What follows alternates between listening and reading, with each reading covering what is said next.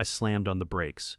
A steel gate had appeared across the mountain road out of nowhere, locking me out of my own cabin. A bright yellow sign blazed in the sunlight. Private HOA. No trees passing. Violators will be fined. My heart raced as I stepped out of the truck, snow crunching under my boots, and I realized this wasn't a mistake. A black SUV screeched to a stop behind me, and a sharply dressed woman stepped out, clipboard in hand. "I'm Karen Whitmore," she said, voice calm but firm. "This road now belongs to the HOA. You can't pass without joining the association." I stared at her, frozen. This cabin wasn't just a house. It was my family's history, built by my grandfather decades ago. And suddenly, in an instant, it felt like it was being ripped away. How could the HOA block access to a property that had been ours long before they even existed? This cabin isn't just a house. It's where my grandfather spent years carving a life out of the mountain, board by board, stone by stone.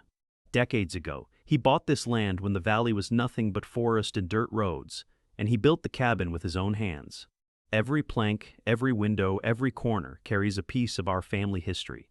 Memories of summers spent hauling supplies up the hill, winters by the fire, and quiet mornings looking over the lake. The property sits isolated, high above the valley, surrounded by towering pines and sweeping views of the mountains. It's more than scenery. It's a refuge, a place where the noise of the world fades, where life slows down and you can breathe. For me, this cabin represents peace, freedom, and a legacy handed down through generations. Losing access here isn't just an inconvenience. It's like losing a part of who I am, a chapter of my family's story. But recently, things have started to change. The land below has been developed into a gated subdivision with a homeowners association, and for the first time, I sense that the quiet sanctuary my family built might be threatened. Trouble, it seems, is coming. I stepped closer to the gate, trying to make sense of what was happening. The woman from the SUV introduced herself formally, with that perfectly rehearsed smile that immediately set my teeth on edge. "I'm Karen Whitmore," she said, clipboard in hand, "president of the Homeowners Association. You can't pass without joining the HOA." Her calm, measured tone barely masked the authority in her words. She explained that the road I had driven on for decades was now considered HOA property. To use it legally, I would have to pay membership dues, sign their compliance agreement, and follow every rule set by their board. Any unauthorized use, she warned, could result in fines or even legal action. I blinked, trying to process it. "This road has been here long before your HOA even existed," I said. "It's an easement legally protected. My family has every right to use it." Karen tilted her head slightly, studying me, as though I were an obstacle she'd already dealt with hundreds of times. "Documents speak for themselves," she said coolly. "The HOA now maintains this road, and until you comply, you cannot access the property beyond the gate." I felt a flash of anger. This wasn't just eroded. It was the path to decades of family history, memories, and the cabin my grandfather had built by hand. "I'm not paying fees for something I already own the right to use," I said, trying to keep my voice steady. Karen's smile faded. Her eyes hardened. "If you choose to ignore this, fines will begin immediately. Trespassing charges can be filed, and legal action may follow." She tapped the clipboard, a thin warning that this was more than just a suggestion. I took a deep breath. There had to be a mistake. Surely no HOA could suddenly erase an easement that existed for decades, one that had been used continuously by my family. But Karen wasn't budging. Every word she spoke was designed to make me doubt myself, to make me question the validity of the road I'd driven on since I was a kid. It was clear she expected compliance. She expected me to bend, to pay, to accept that the road and everything beyond the gate was no longer mine, by right. Her presentation of authority was polished, professional, almost convincing, but the more I looked at the documents she waved in front of me, the more I noticed small inconsistencies, dates that didn't line up, signatures that seemed missing, claims that didn't match what I knew of county records. I realized, in that instant, that this wasn't just bureaucracy. It was manipulation. They were trying to create the illusion of legality, to pressure me into submission. But I wouldn't back down. I wasn't just fighting for access to a road. I was fighting for the legacy my grandfather had built, for every memory tied to this mountain. Karen stepped back, clipboard still in hand, her tone sharp. Decide quickly. Every day you ignore this, you risk more fines. And every unauthorized step beyond this gate could be considered trespassing. I stared at the gate, the bright yellow sign mocking me in the sunlight, and I felt the first real surge of determination. This wasn't going to be easy, but I knew one thing for sure. No gate, no threat, no HOA, even with all the authority in the world, was going to stop me from standing my ground. After that confrontation at the gate, I couldn't stop thinking about what Karen had said. The idea that a road my family had used for decades could suddenly belong to the HOA didn't make sense. I needed answers, and the only place to find them was in the records themselves. I spent hours in the county archives, flipping through yellowed pages and dusty maps, scanning old property deeds and easement agreements. Each document I found was like a piece of a puzzle, showing who had rights to what and when. Slowly, a pattern began to emerge. The road had existed long before the HOA was ever formed. My grandfather's property, along with a few other older cabins scattered up the mountain, had a legally recorded easement granting permanent access. It was exactly what I suspected, but when I contacted the HOA office to clarify, their response was dismissive. That easement was abandoned when the subdivision was developed, one staff member told me flatly. You'll need to comply with the HOA rules to continue using the road. The words hit me like a punch. Abandoned? That road had been used continuously for decades by my family. There had never been any formal process to remove the easement. Their claim was not just wrong. It was aggressive, manipulative, and entirely designed to intimidate. Days passed and the pressure only grew. Fines started arriving in the mail, each one higher than the last. Official letters warned me of legal action if I stepped beyond the gate. Even worse, some of the neighbors who lived closer to the subdivision began looking at me with suspicion. Whispers floated down the mountain that I was causing trouble, that I was refusing to follow the rules like everyone else. I felt a tight knot in my chest every time I read those letters. The cabin wasn't just a place. It was my family legacy, a sanctuary built by my grandfather, a piece of my history that I couldn't just hand over. Every day the gate blocked the road, every letter demanding compliance, every suspicious glance from a neighbor felt like another attempt to strip that away. Stress kept me awake at night, imagining a winter when I might not even be able to reach the cabin at all. But then something shifted. While talking to one of the older families in the area, I discovered I wasn't alone. Several neighbors had faced similar pressure from the HOA in recent years, each with stories of fines, locked gates, or forced membership. They had been silent, afraid of the board's influence, but their experiences mirrored mine almost exactly. What had seemed like an isolated problem was now clearly part of a bigger pattern. The realization hit me hard. The HOA wasn't just overstepping with me. They were systematically trying to control access for anyone who didn't fall in line. This wasn't about maintenance fees or road upkeep. This was about power, about forcing people to comply with rules that shouldn't even apply. I went back to the property records again, combing for more evidence. There were old survey maps showing the road clearly as a public easement, handwritten notes from county clerks, and letters between the original developers stating that access must remain open for all pre-existing properties. Each piece I uncovered strengthened the case in my mind, yet the legal uncertainty remained looming. Could I really challenge a powerful HOA? The emotional weight of it all pressed down on me. Every fine, every official notice, every confrontation at the gate added layers of tension.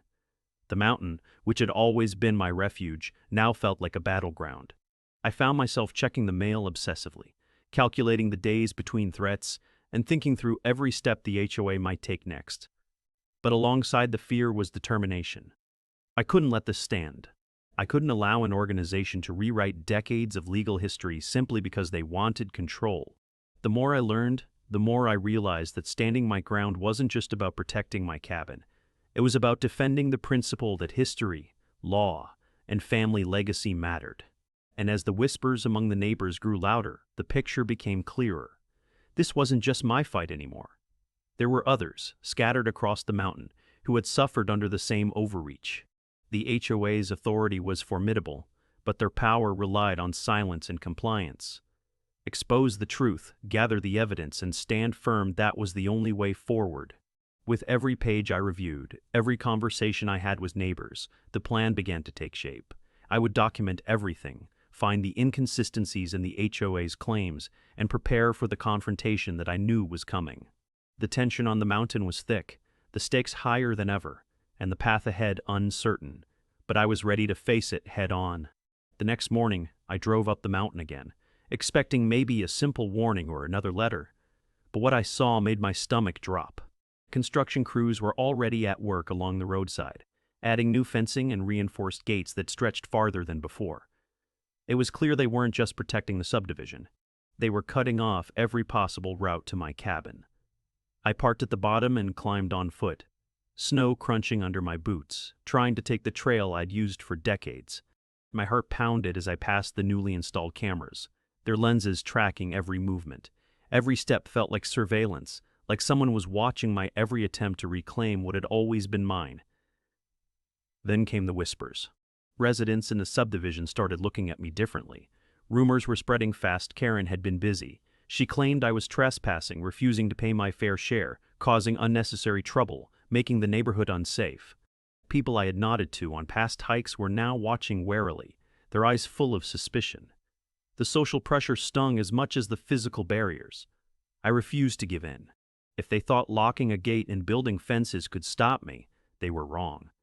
I found ways to climb over sections of the new fencing, taking detours and scrambling through trees, careful not to damage anything.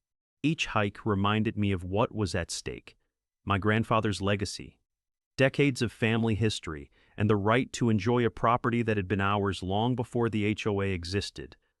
But Karen wasn't slowing down. More official letters arrived, threatening fines and legal action if I continued accessing the cabin. One notice accused me of interfering with HOA property, referencing the very gate they had erected across my path. Every day felt like a battle, a test of endurance, patience, and willpower.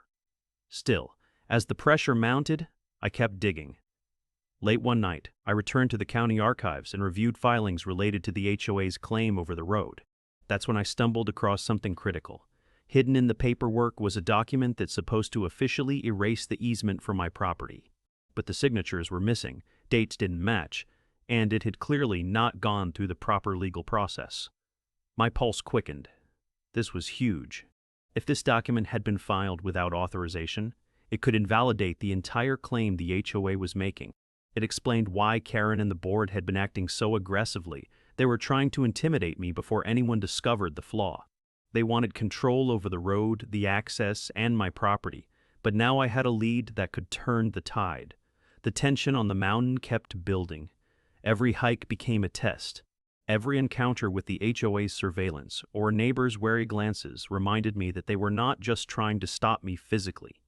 They were trying to make me feel powerless, alone, and defeated. But I wasn't alone.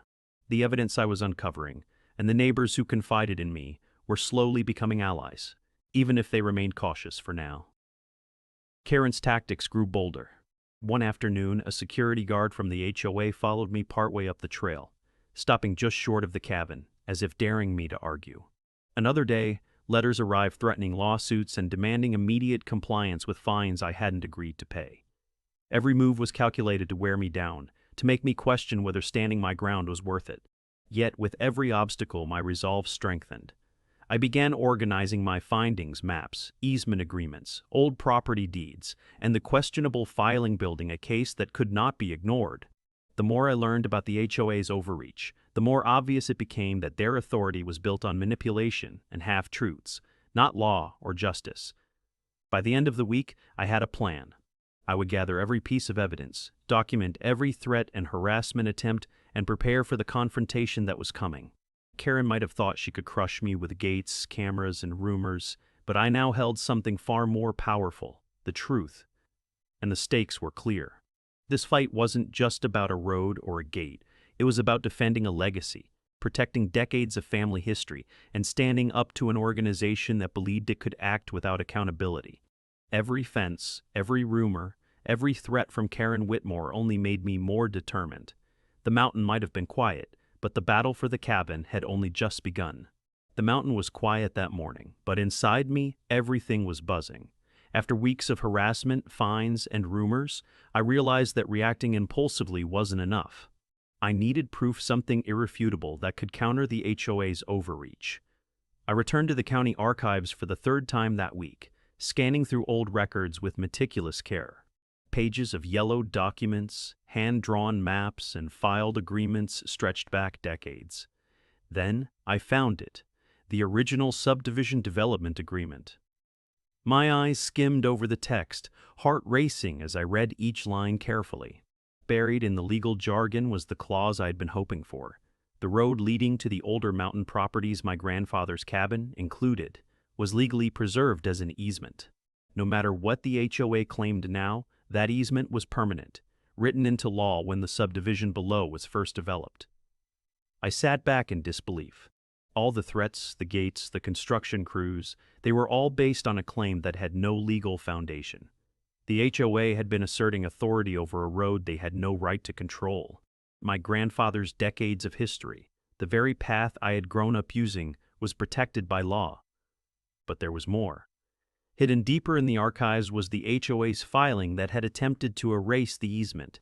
At first glance, it looked official, complete with stamps and signatures.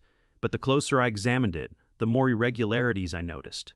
Some signatures were missing entirely. Dates didn't match the county filing records, and the process clearly bypassed several legal requirements. The more I dug, the more obvious it became that this filing was improper, maybe even fraudulent. I felt a mix of shock and exhilaration. For weeks, the HOA had tried to intimidate me, using fear and authority as weapons. But now I held the proof that their claims were hollow. The power dynamic was shifting, and for the first time, I felt a surge of control. I wasn't just a homeowner being bullied. I was someone who could fight back with facts, law, and history on my side. That evening, I scheduled a meeting with a property attorney recommended by a neighbor. The office smelled of old wood and legal briefs, a quiet contrast to the storm of emotions I carried in. I spread the documents across the desk: maps, subdivision agreements, easement records, and the HOA's questionable filing. The attorney leaned over the papers, frowning. "This is significant," they said. "The easement was never legally removed. And this filing? It's missing critical signatures. If we challenge it, we have a strong case." The HOA overstepped its authority and tried to rewrite history without proper legal process. I felt a weight lift off my shoulders. This wasn't just hope, it was actionable strategy. We discussed next steps, gathering all historical documentation, documenting every fine and threat, and preparing for a legal challenge. The plan wasn't simple, but it was clear. The fight for the road and for my family's legacy was about to move from intimidation and letters to the court system. Walking back to the cabin that evening, I felt a renewed sense of determination. The trail was quiet underfoot, snow crunching with every step, but my mind raced with possibilities. I thought about the months of stress, the endless hikes around gates, and the constant fear of losing access. All of it had led me here to a point where I could finally act with authority. The mountain air felt different. It wasn't just cold and still anymore, it felt alive, like it had been waiting for me to recognize the truth. The easement, preserved in black and white legal language decades ago, was my shield. The HOA's attempts at intimidation were just noise, and soon they would be exposed for what they truly were. Over the next few days, I began compiling everything meticulously. Letters from the HOA, photos of the gate and construction, emails, and my notes from neighbors, all of it formed a timeline of harassment and overreach. Every document was another piece of armor for the battle ahead. I knew I couldn't rely on emotion alone. Facts, history, and the law had to guide my fight. Each piece of evidence also had an emotional weight. I looked at the maps my grandfather had once studied, the old easement agreements he had likely referenced decades ago, and I realized this wasn't just about me. It was about honoring his work, his foresight, and the land he had nurtured. If I let the HOA succeed, it wouldn't just be a personal loss, it would be a betrayal of the family legacy that had been carefully built for generations. By the end of the week, a clear path emerged. I knew the confrontation was coming, and for the first time, I felt ready. The fear that had gripped me since the gate appeared had transformed into purpose and confidence. I wasn't just defending a road, I was defending decades of history the principle of property rights, and the truth against manipulation. The legal strategy was set.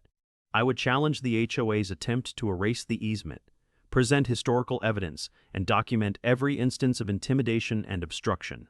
The court would see the truth laid bare. The easement was real, the HOA's actions were improper, and my right to access my family property was undeniable. That night, standing on the cabin porch as the sun dipped behind the mountains, I finally allowed myself a moment of calm. The fight wasn't over, and there would be more challenges ahead. But I had something I hadn't had before: certainty. The truth was on my side, and with it came empowerment, resolve, and the courage to face whatever the HOA threw at me next.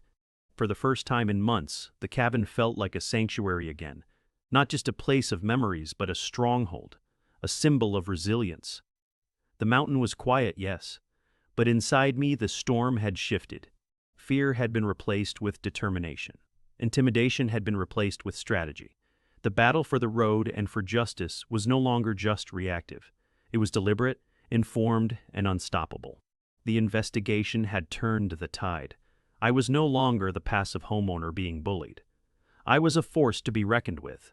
And soon the HOA would learn that no gate, no rumor, and no threat could silence history, law, and the truth. The community hall smelled faintly of polished wood and stale coffee, a tension in the air that made every shuffle of feet seem louder than it was. I stepped through the doorway and immediately felt the weight of dozens of eyes on me, neighbors, mostly unfamiliar faces, all gathered under the roof of the HOA's monthly meeting. At the front, Karen Whitmore sat behind a long table, clipboard in hand, her posture straight, expression calm but sharp, exuding the kind of confidence that came from controlling the narrative for months. As I approached the microphone, I could feel my pulse in my throat. This wasn't just about me walking up a mountain road anymore. This was defending decades of family history, a piece of the community's heritage, and my right to access it freely. I took a deep breath and looked across the room. Some faces were neutral, some wary, and a few sympathetic, nodding at my arrival. But all eyes were on me, and every single one of them mattered. I began by explaining the situation succinctly, laying out the timeline of events, the sudden gate, the letters and fines, the rumors Karen had spread among the residents. I made sure to emphasize that this was not a personal vendetta. It was a legal and historical matter, tied to easement rights established decades before the HOA existed. Then I pulled out the documents. Old maps showing the road clearly marked as an easement, copies of the original subdivision agreement, and the questionable filing Karen's board had attempted to use to erase it. I moved slowly, letting each piece of evidence be seen, letting the weight of history speak louder than my words. Murmurs began to ripple through the audience. People were leaning forward, reading over the maps, noticing details they hadn't seen before. Karen cleared her throat and interjected, her voice smooth, practiced. "These documents are outdated. Times have changed. The HOA manages this subdivision now, and the rules apply to everyone." She tried to dismiss the evidence, framing it as irrelevant, a minor technicality. But the more she spoke, the more I could see cracks forming. Some neighbors exchanged glances, hesitant to immediately side with her. I held up the HOA filing, pointing out the missing signatures and improper dates. "This document," I said, "was never legally valid. They tried to remove the easement without following proper legal channels. They cannot claim control over a road that was legally preserved for my property and others like it." A few residents shifted uncomfortably in their seats. Whispers spread, questions formed, and for the first time, Karen's authority seemed less absolute. She tried again to regain control, waving her hands and speaking in rapid, polished sentences, attempting to manipulate the crowd with fear, threats of fines, property complications, and legal consequences. But the atmosphere had changed. People weren't listening in the same way. They were scrutinizing, comparing what I said with what they had observed in the neighborhood. Slowly, neighbors began asking pointed questions about the easement, the historical rights, and the fairness of the fines. Even Karen's staunchest supporters started hesitating, uncertain now about the stories she had presented for months. I felt a surge of determination. This was exactly what I needed. The truth, presented clearly, starting to chip away at the perception of power Karen had carefully constructed. My voice grew steadier, more confident as I walked the audience through the legal and historical facts. The maps, the agreements, the timeline, all pieces of a puzzle that now made sense. By the end of my first pass, tension had shifted. The room wasn't hostile anymore. It was questioning. Karen sat rigidly, trying to maintain composure, but the air was different. The seeds of doubt had been planted, and the first cracks in her control were visible. The stage was set. The battle had moved from private intimidation to public scrutiny, and the HOA would no longer have the comfort of unquestioned authority. Karen leaned forward, her hands gripping the edge of the table, trying to project calm authority, but the room was no longer listening to her words in the same way. Questions continued to ripple through the audience, voices rising with curiosity, concern, and, in some cases, quiet outrage.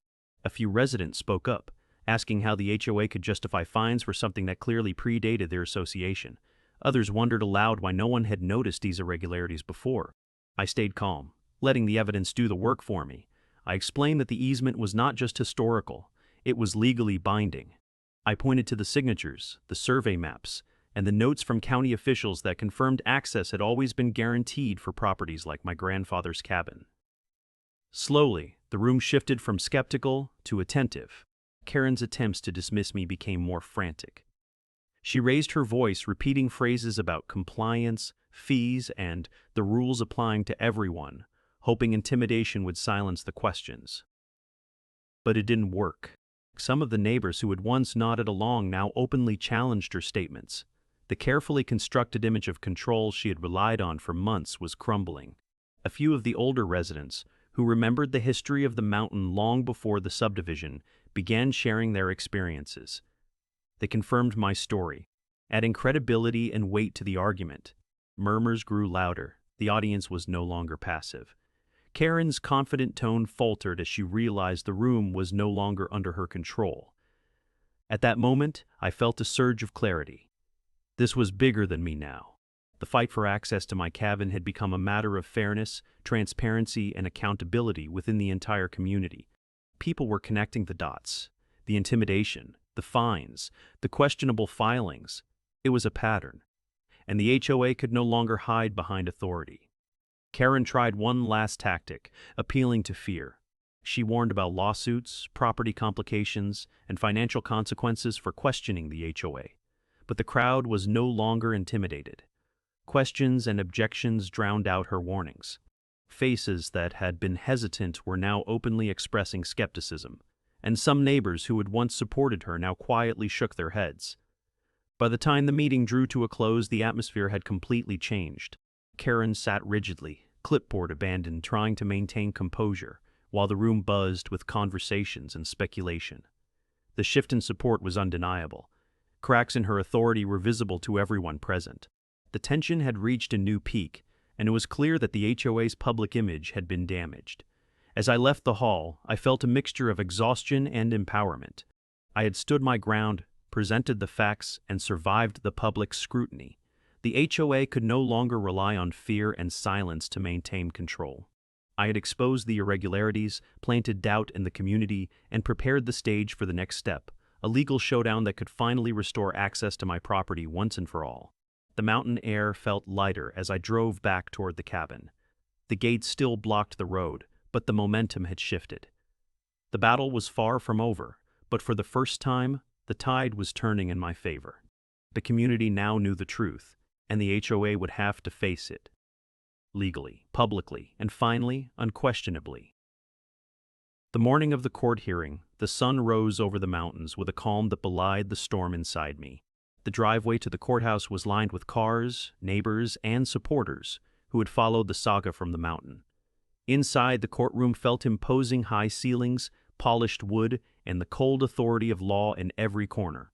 This was the place where the battle would finally move beyond rumors, threats, and community meetings. This was where the truth would face the weight of justice. Karen Whitmore and the HOA board were already present, sitting confidently with their attorney. Their expressions were calm, but there was a subtle tension beneath the surface. The weight of the months of intimidation, fines, and public scrutiny had led us here, and it was clear that this confrontation could decide everything. The judge entered, and the room fell silent. I approached the podium, documents in hand, ready to present the evidence I had spent weeks compiling. Every map, signature, and historical note had been carefully organized to tell the story of the road, the easement, and my family's rights. The HOA attorney spoke first. They framed the argument concisely. The easement was claimed to have been abandoned, the subdivision had evolved, and the HOA now maintained control of the road. They emphasized dues, compliance, and the responsibilities of property owners. The words were polished, methodical, and intimidating, but I had anticipated every point. When it was my turn, I began by presenting the historical documents. I laid out the subdivision agreements, showing clearly that the easement had been legally preserved for all older properties, including my grandfather's cabin. I highlighted the irregularities in the HOA filing that had attempted to erase the easement missing signatures, incorrect dates, procedural failures. Every detail was explained with clarity, leaving no room for doubt. Then I called the witnesses. The first was a county official who had been involved in the original subdivision filing decades ago. They confirmed that the easement had never been legally revoked and that the HOA's claims were inconsistent with county records. Their testimony was precise, measured, and authoritative, providing a rock-solid foundation for my argument. Next, a former developer who had worked on the subdivision decades earlier stepped forward. They described the original agreements, the intention behind preserving access for older properties, and the fact that the easement was meant to be permanent. Their words resonated not only legally but emotionally, underscoring that this was not just a line on a map, it was a deliberate, binding part of the community's design. Expert testimony followed, including a property rights attorney who explained the legal precedent for easements, historical protections, and how the HOA's attempt to erase access without proper process was unauthorized and unenforceable. Every piece of evidence, every statement, was carefully aligned to dismantle the HOA's narrative. Karen's face tightened as the testimony unfolded. She attempted to interject, claiming technicalities, challenging dates, and questioning witnesses, but the judge maintained strict order, allowing the facts to speak. It was clear that the authority she had wielded through intimidation and social pressure could not withstand legal scrutiny. The tension in the courtroom was palpable. Every resident in the gallery leaned forward, watching, listening, absorbing the story. They had witnessed the months of conflict, the fences, the gates, and the social whispers. Now, the truth was being laid bare in a forum where law, history, and facts could not be twisted or ignored. By the end of the morning, the evidence was overwhelming. The documents, maps, and testimony left no doubt that the easement was legally preserved, and the HOA's claims rested on an improperly filed and invalid document. The narrative of abandoned rights and control crumbled under scrutiny. I sat back, exhausted but focused, knowing that the hardest work, the presentation of proof, the exposure of manipulation, and the defense of a family legacy, had been accomplished. The stage was set for the final verdict, and the courtroom held its collective breath. The afternoon stretched on, each passing moment amplifying the tension. The judge leaned back, reviewing the evidence and testimony presented. I could feel the weight of history pressing down the decades of family memories, the fights over the gate, the harassment, and the scrutiny from the HOA all converging in this single moment. The room was silent except for the shuffling of papers and the quiet hum of anticipation. Karen Whitmore sat rigidly at the front, her confident posture beginning to crack. The attorney at her side whispered under their breath, but it was clear from her expression that the narrative they had relied on for months was collapsing. The meticulously orchestrated image of authority and control she had projected throughout the community could not withstand the weight of legal scrutiny, documented evidence, and witness testimony. The judge began to speak, voice measured and deliberate. After reviewing the historical records, subdivision agreements, and easement documents, it is clear that the easement granting access to older properties, including the claimant's cabin, was legally preserved. The HOA's claim to have removed or controlled the easement is invalid and unauthorized. A ripple of disbelief ran through the HOA representatives. Karen's hand tightened around her clipboard. The room seemed to exhale collectively, the weight of anticipation giving way to relief and validation. The judge continued, detailing the irregularities in the HOA's filing, the missing signatures, improper dates, and failure to follow legal procedure. Furthermore, the judge said, any fines or restrictions imposed by the HOA based on this invalid claim are unenforceable. The gate and any barriers preventing access must be removed immediately, restoring full access to the easement and the claimant's property. I felt a rush of emotion as the words sank in. After months of intimidation, harassment, and legal ambiguity, the victory was finally official. The mountain road, the path my grandfather had walked and built into the land, was mine to use freely once again. Every fence, every fine, every rumor had been dismantled by truth, law, and perseverance. Karen's face was pale, the composed mask she had maintained for months now replaced with visible frustration. She tried to argue, but the judge had spoken clearly, the legal precedent unassailable. Her attempts at intimidation, manipulation, and social pressure had failed completely. The authority she had wielded over the community crumbled, exposed as hollow and self-serving. Neighbors who had attended the trial quietly expressed their relief and validation. Some nodded at me, a shared understanding passing between us. The battle wasn't just about one road or one cabin. It was about fairness, accountability, and the courage to stand up to unchecked authority. The public exposure had shifted perception, and the HOA's overreach was now undeniable. Outside the courthouse, the air felt lighter, almost crisp with victory. The sun reflected off the polished mountain peaks, and I felt a profound sense of closure. The cabin, the road, and the legacy my grandfather had entrusted to us were safe. Months of stress, fear, and uncertainty had culminated in justice. I returned to the mountain days later, watching as crews from the HOA dismantled the gates and removed the cameras. The road, which had once been a barrier and a symbol of control, was now open, welcoming. The sense of relief was overwhelming, not just for me but for the neighbors who had suffered quietly under the HOA's tactics. Karen Whitmore and the board faced the consequences of their actions. Public exposure, legal scrutiny, and the court's ruling had forced accountability. Their attempts at intimidation had not only failed, they had backfired, eroding trust within the community and weakening their influence permanently. Standing at the top of the mountain, overlooking the cabin and the winding road below, I felt the full weight of what had been achieved. This wasn't just a personal victory. It was a triumph of law, history, and persistence over manipulation and fear. The easement was restored, justice upheld, and the road, the lifeline to decades of family memories, was secure once again. As I walked along the path to the cabin, snow crunching beneath my boots, I reflected on everything that had led to this moment. The confrontation at the gate, the investigation, the meetings with neighbors, and the months of preparation for the courtroom. Every step, every document, every conversation had mattered. The mountain was quiet now, serene in a way it hadn't been since the first gates went up. But beneath that calm was a sense of empowerment that would stay with me forever. Standing up for what is right, defending history and property, and exposing truth over authority. It was a lesson hard-earned but victorious. The fight was over. The cabin, the road, and the legacy were mine, and the HOA had been held accountable in a way that ensured no future intimidation could succeed. The first morning after the court ruling, the mountain air felt lighter, fresher, as if the trees themselves were exhaling after months of tension. I drove up the familiar road, heart beating not with fear or frustration, but with quiet anticipation. The gate that had blocked the path for so long was gone. Where sturdy metal once stood, there was only the open, winding road, sun glinting off the asphalt, inviting and familiar. The crew had dismantled the barrier, carried away the cameras, and cleared every trace of the HOA's attempt to control access. I stepped out of the truck, boots crunching on the gravel, and took a long, slow breath, savoring the first unimpeded view of my grandfather's cabin from the road in months. Walking toward the cabin, memories came rushing back. Long summer mornings when sunlight spilled through the windows, winter nights by the fire, quiet afternoons listening to the wind through the pines.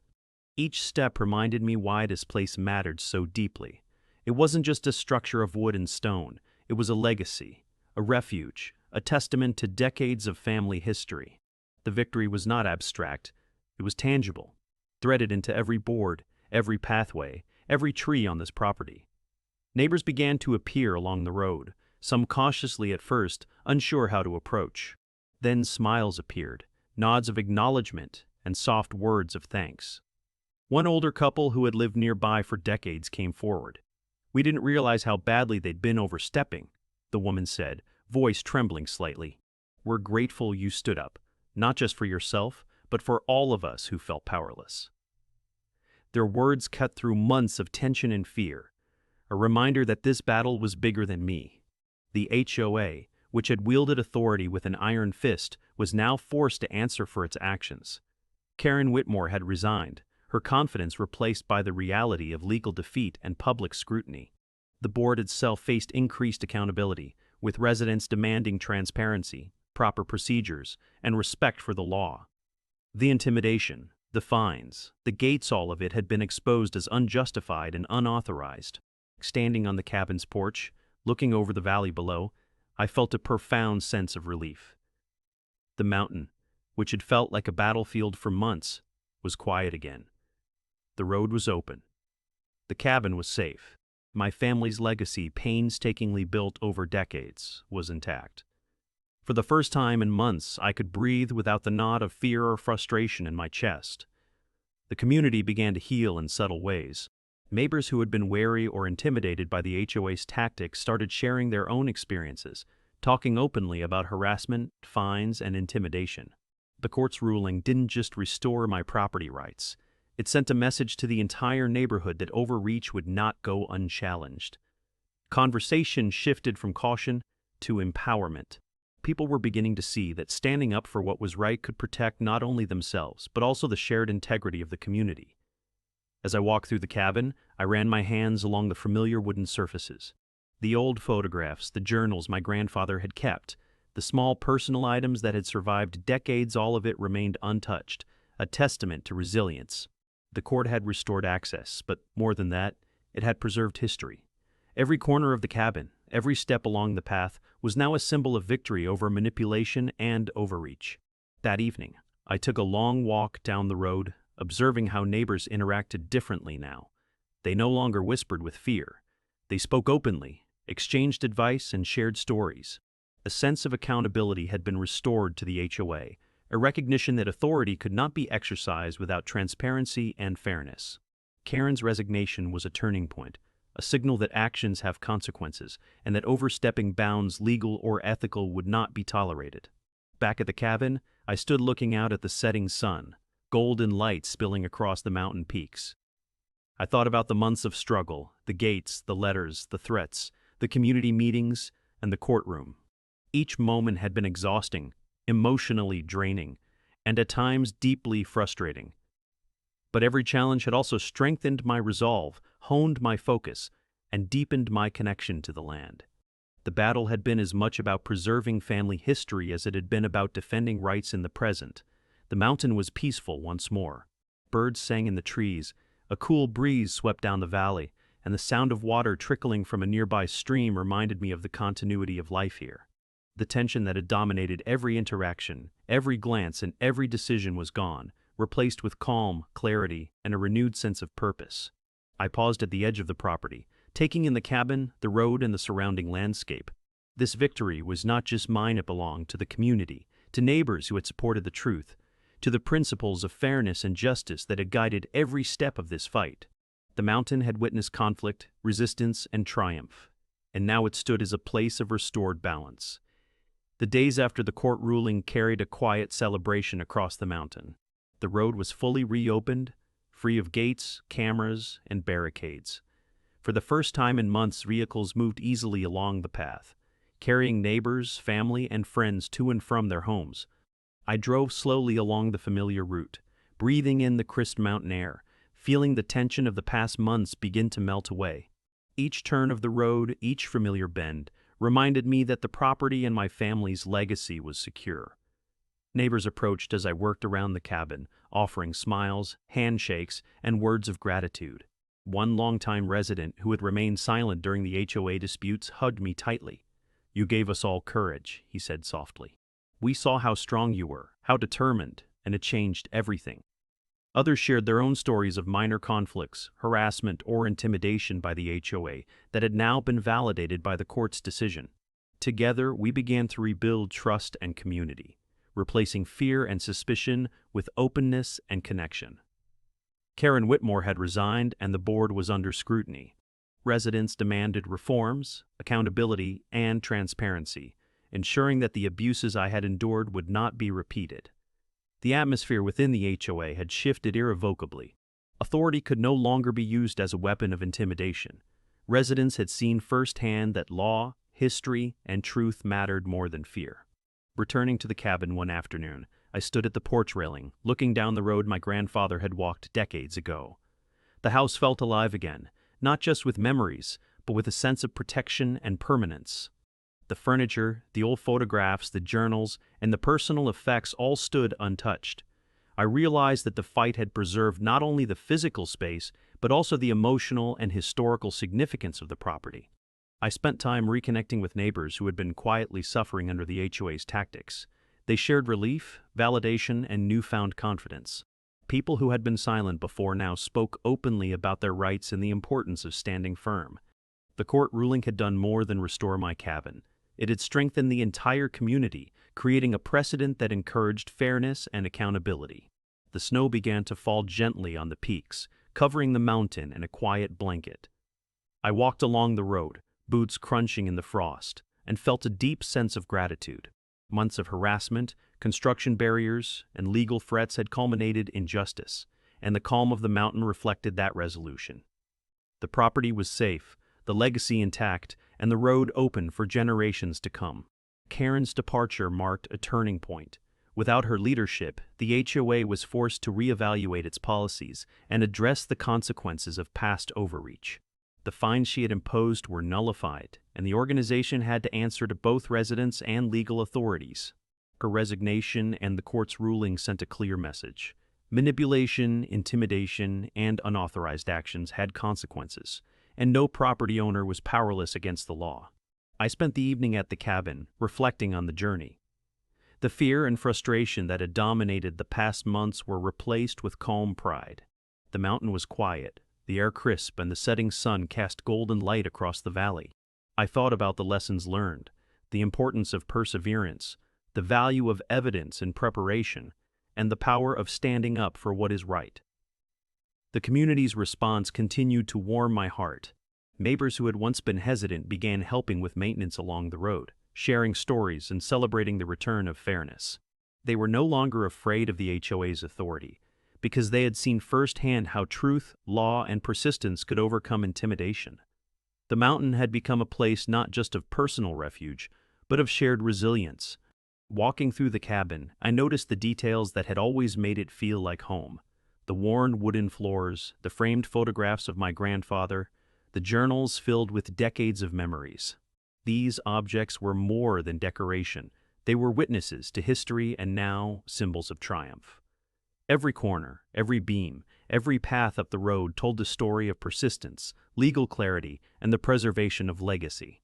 I paused at the edge of the property, gazing at the road that had been the center of so much conflict. The metal gates, the cameras, the threats, they were gone. The path was open, clean, and safe. Children's laughter echoed from a neighbor's home nearby, and the sound felt like a celebration of restored balance. The mountain no longer felt like a battlefield, it was home again. Sitting by the cabin's fireplace that night, I reflected on everything that had transpired. The months of struggle, the investigations, the community meetings, the courtroom battles, they had all led to this moment of peace. The victory was complete. My family's cabin was safe, the road reopened, and the HOA had been held accountable for its overreach. In the quiet moments, I felt gratitude for the strength, courage, and persistence that had carried me through. I thought about my grandfather, the man who had built this cabin, and how proud he would have been to see the legacy preserved. The mountain, the road, and the cabin were no longer threatened. They were protected, cherished, and respected. As the stars appeared above the peaks, I realized that normalcy had returned. The cabin and road were safe, the community empowered, and the legacy preserved. The battle was over, but the lessons endured. Truth, history, and persistence could overcome intimidation, and standing firm could restore not just property, but peace, justice, and community trust. The first morning after everything was settled, the cabin felt like it always had peaceful, secure, and timeless. I stepped onto the porch, the crisp mountain air filling my lungs, and looked down the winding road that had caused so much tension. The metal gates were gone, the cameras removed, and the threat that had loomed over this property for months was finally gone. For the first time in a long while, I could just breathe, without the tight knot of worry pressing on my chest. I thought back over the journey, the sudden appearance of the gate, the letters, the fines, the rumors, and the community meetings. Every challenge had tested me, stretched my patience, and forced me to question how much I could endure. But it had also taught me something invaluable. Standing up for what is right, for your property, and for your legacy, matters more than fear, threats, or intimidation. The road wasn't just a path to the cabin, it was a symbol of perseverance, of protecting what belongs to you, and of refusing to be bullied into silence. Life at the cabin slowly returned to its peaceful rhythm. Mornings were spent with coffee in hand, watching the sun rise over the mountains. The snow crunched underfoot during walks along the road, now open and welcoming, and the familiar scent of pine and earth filled every corner. Even small routines, feeding the birds, maintaining the garden, or checking the path to ensure it remained clear, took on a new significance. These were quiet reminders of what had been at stake and what had been preserved. The lessons of this battle extended beyond my own property. I realized that laws, official documents, and clearly defined rights exist for a reason. They protect homeowners from overreach, intimidation, and the misuse of authority. The HOA had overstepped, thinking that fear and control could replace legality and fairness, but documents, records, and careful research exposed the truth. By knowing your rights, documenting every interaction, and standing firm, it is possible to confront abuse of power and win. Neighbors, too, began to embrace the change. Conversations grew more open, trust returned, and the community felt stronger. People who had once been quiet or fearful began sharing their own experiences, asking questions, and learning that persistence, when paired with facts and preparation, could protect everyone in the neighborhood. The courthouse victory wasn't just about a road or a cabin, it was about reclaiming confidence, integrity, and fairness for the whole community. As I walked along the path to the cabin that evening, the sun dipped behind the peaks, painting the mountains in warm golds and soft purples. I paused, looking over the valley, feeling the weight of the past months lift. The cabin, the road, and the legacy of my grandfather were intact. I could see children playing in the distance, neighbors greeting each other freely, and the mountains standing tall, serene and untouchable by fear or manipulation. This story isn't just about one person, one cabin, or one road. It's about the principle that persistence, knowledge, and courage can triumph over intimidation and overreach. It's about recognizing that property, history, and rights matter, and that taking action sometimes against powerful opposition can lead to justice. And it's about hope. Hope that homeowners everywhere can protect what is theirs, even in the face of bureaucratic obstacles or unfair authority. If you've ever faced an HOA dispute, unfair fines, or barriers to access, remember that you are not powerless. Take the time to research your rights, document every interaction, and seek guidance when needed. Stand firm, stay persistent, and let the law and evidence guide your path. Just like the road to my cabin, clarity and justice can be restored, even after months of obstacles. I want to hear your stories. Have you faced a situation where an HOA, community board, or authority tried to overstep their bounds? How did you handle it? Share your experiences in the comments so we can learn from one another and show that homeowners have a voice. And if you want to follow more stories of property battles, HOA conflicts, and real-life triumphs, hit that subscribe button. Each story is a reminder that standing up for what is right, protecting what belongs to you, and never backing down in the face of unfairness can lead to victory and peace. As the sun finally disappeared behind the mountains, I took one last look down the now clear road, feeling a deep sense of fulfillment. The gate was gone, the threats were gone, and the cabin stood as a symbol not just of family legacy, but of the truth prevailing over intimidation.